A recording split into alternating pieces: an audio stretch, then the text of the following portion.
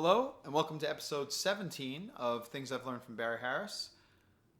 Today I thought we would take on something that Barry likes to refer to as borrowing notes and the concept behind it. So today we'll discuss it through the idea of maybe looking at a song called Star Eyes, which is in E flat. So the chords or the scale of chords that you're going to need to know, at least for the first part, is E flat 6, diminished, and then it goes to, after that it goes to F minor 7, which we don't think of as F minor 7, or Barry does not think of as F minor 7. He thinks of it as A flat 6. So then we have to know our A flat 6, diminished.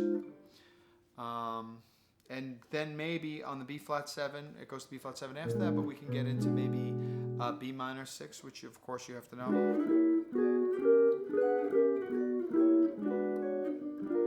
And then back to E flat. So, but let's just discuss his idea of borrowing notes. So, for instance, the first chord of Star Eyes, most people see as E flat major 7. Now Barry likes to think of E flat major 7 as E flat 6 with one borrowed note. And the borrowed note would be the D for the C.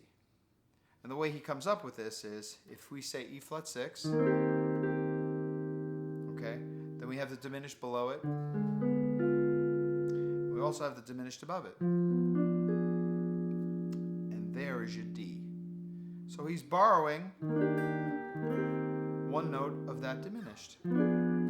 Instead of playing the whole diminished, he's just borrowing the one note. Now what's also true about borrowed notes is you could borrow above or below, the diminished above or the diminished below. So here's the E flat 6 again, here's the diminished below, here's the diminished above. We just borrowed the D for the C, but then we brought it back. Now, instead of borrowing the D for the C, maybe we could borrow the B for the C, which would sound like it's a little bit harder to play, but pretty chord.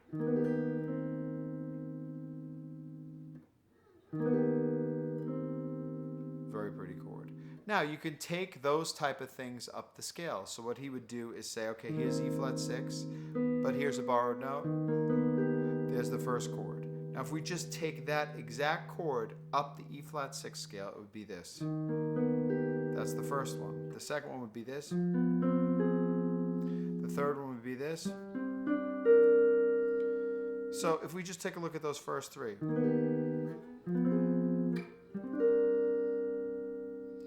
Now, you might say those are odd sounding or maybe a little too dissonant.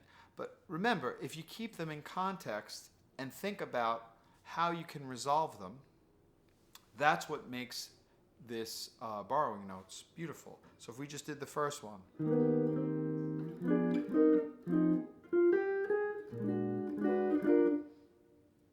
I just did something with it. Or if we said, see, I could have just done all three of them. Well, the third one was messed up.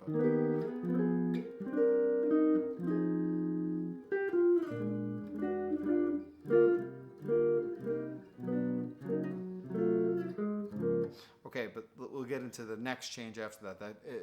What Star Eyes does is it plays E flat, and then F minor 7 to B flat 7 to E flat again, and then changes E flat major to E flat minor, plays E flat minor 7 to A flat 7 to D flat major.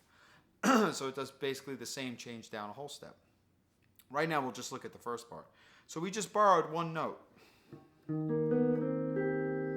Now what's fun about this is you just try to target any note and come up with anything you want from borrowing the notes. Or you could take that up a scale just like we just did. But what I find for me is more helpful is I just kind of try to play something with using a borrowed note, or maybe two, or maybe three. Like for instance, well, let's get to the F minor 7 is the second chord. So an F minor 7 is really A flat 6. Now, one chord that you see a lot of guitar players especially playing is they'll play this instead of an F minor 7, which has the fourth in it. So Barry sees that as just a borrowed note. It's borrowed from the diminished that's below it. So here's F minor 7. Here's a diminished above it. Here's a diminished below it. So think about that. Now this chord is this. If you resolve it, which is really beautiful. But if you can borrow that note below, why can't you borrow, let's say these two notes below? So now I borrowed this note and this note for this note and this note. So here's the two notes I borrowed from the diminished, and here's the rest of the minor 7, which is just these two notes. So now I change it to this. So I think the idea behind it is you're setting up some of these beautiful, beautiful dissonance, but then resolving it into something that is more appealing, but setting up that tension is what makes it so beautiful. And it's not like you have to set up tension and then release it and do it in that way, but it's just a good way to look at. Some people set up the dissonance, keep the dissonance, and then resolve it, which is also pretty. But again, so here's two notes that we're borrowing, these two notes for the diminished here. There's the minor 7, there's these two notes, so this, which is a beautiful chord. I don't even know what we would call this chord. I mean, it doesn't really have a name. Barry would call it A flat 6 with two borrowed notes. That's what I like about it, because that to me makes more sense. Now, if we could borrow the two notes, the two closest notes here for the drop 2, maybe we'll borrow the lowest note and the highest note of the drop 2. So then this is the chord. We still want these two notes, so we have to make this chord. So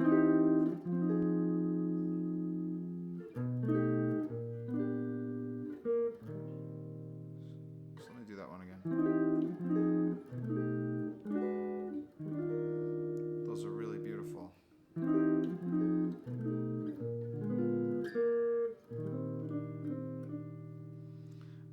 So those are the two furthest notes. Now, what's interesting also is you can do,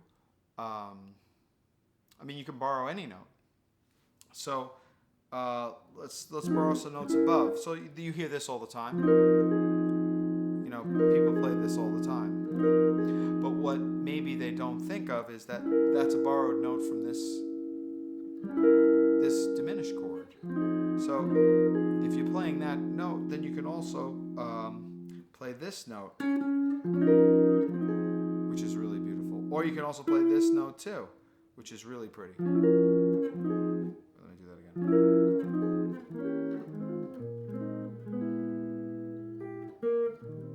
Which is beautiful.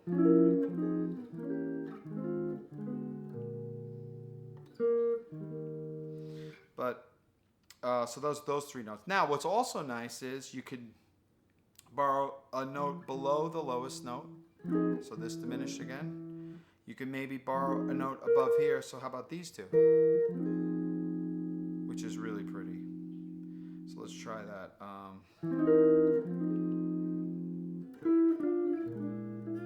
That's pretty. Oh. Let me try that again.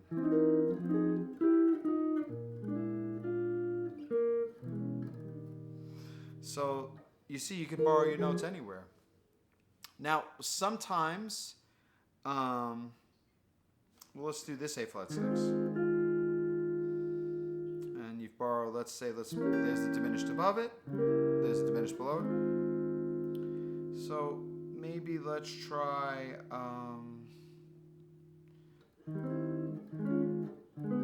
that was pretty. Or maybe these two notes above. So you get this, which is really pretty. You get another E flat 6. So when you have two borrowed notes of the A flat 6, you get another E flat 6, which is really pretty. Also, you get this full because you get this full, which is really interesting, B minor. So if I borrow, here's the 6, here's a diminished. I'm going to borrow these 2 notes for these 2 notes. So now I'm going to keep these 2 notes, which is beautiful. Let me do that one again.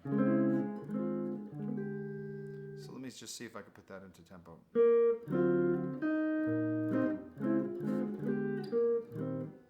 Maybe then a whole step.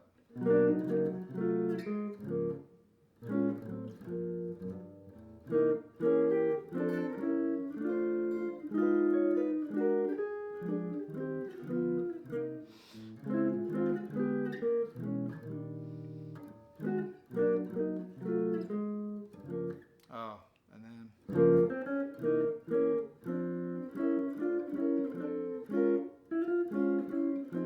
anyway, so that's taking a look at some of the diminished notes going this way and then going this way. And that might even be nice too if we took the here's the 6, here's the 6.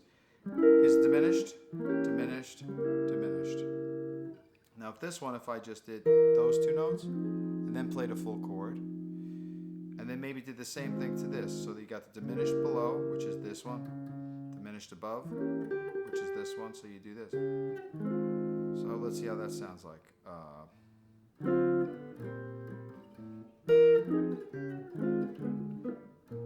messed it up, but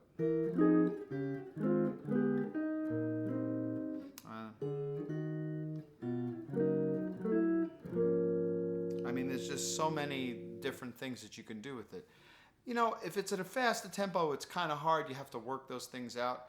But I mean, if you're just sitting around with your instrument and you wanted to see how you'd be able to borrow notes and then resolve notes and different things that you could do with them, it's limitless. And again, that's the whole reason that I fell in love with Barry's teaching and Barry's method, is that it truly is limitless. You know, I think I told somebody in one of the comment sections that I don't really prepare any of these necessarily, think about what I'm going to play or exactly what I'm going to do. I just try to let it happen. And that's very much what his classes are like. He doesn't have any lesson plan or anything. He just kind of goes. He has no idea what song he's going to work on or songs he's going to work on. He has no idea how he's going to attack it, but that's just how enormous his vocabulary is of these things. It's really remarkable. So I don't know if I've mentioned this before in any other lesson, but if you ever have a chance to go to one of his classes, whether it's in New York or whether he's traveling overseas, you really need to get there, because as good as you think this is, like just me making some of these videos, I mean, I can't describe how great it is to be in the room with him when he's doing it. And going from one thing to the next thing, it's really unbelievable. I was talking to a friend of mine about it, and we were saying how you only really know what excellence is when you've experienced it, and then it kind of messes you up a little bit, because when something doesn't have excellence, it's not as, you don't feel great about it. It's not a big deal to you. So being around Barry, one of the things that's happened is it's kind of, and I think this happens to a lot of his students, is it messes them up a little bit, because to be around such excellence, and it really is excellence and mastery, when you hear other people play or you hear other people teaching, it's not quite the same level, so it's kind of tough to look elsewhere. But, his methodology is not something that I've felt like I've needed to compensate with something else. But these borrowed notes are so super cool on guitar. I mean, I can't, and piano, obviously, they're great. And, actually, if you were playing single notes, they're also very valuable. I mean, just in a context, if you were playing Star Eyes. So some things that people should know how to play, especially horn players, is guitar players might play this, but horn players should know how to play.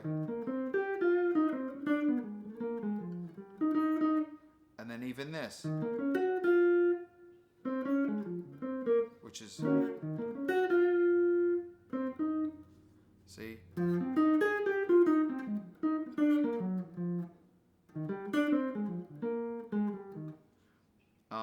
Some things that horn players should know about. But anyway, so here would be borrowing a note.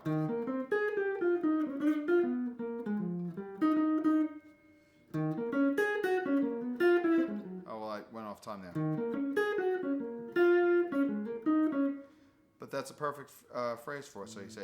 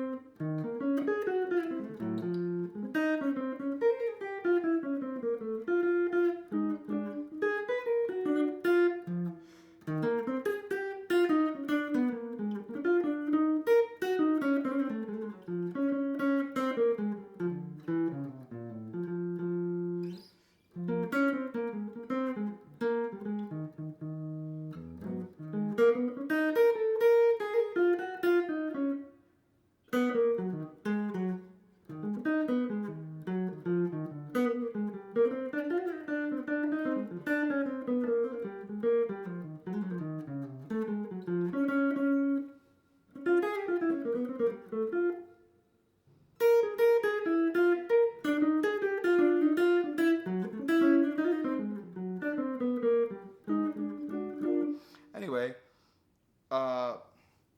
yeah, so I hope you enjoy these type of this particular lesson isn't that structured, but this is kind of how his classes go. So to give the feel of how some of his classes are, that's the way it is. And also another thing that Barry likes to do is, I don't know if he likes to do it, but it just happens.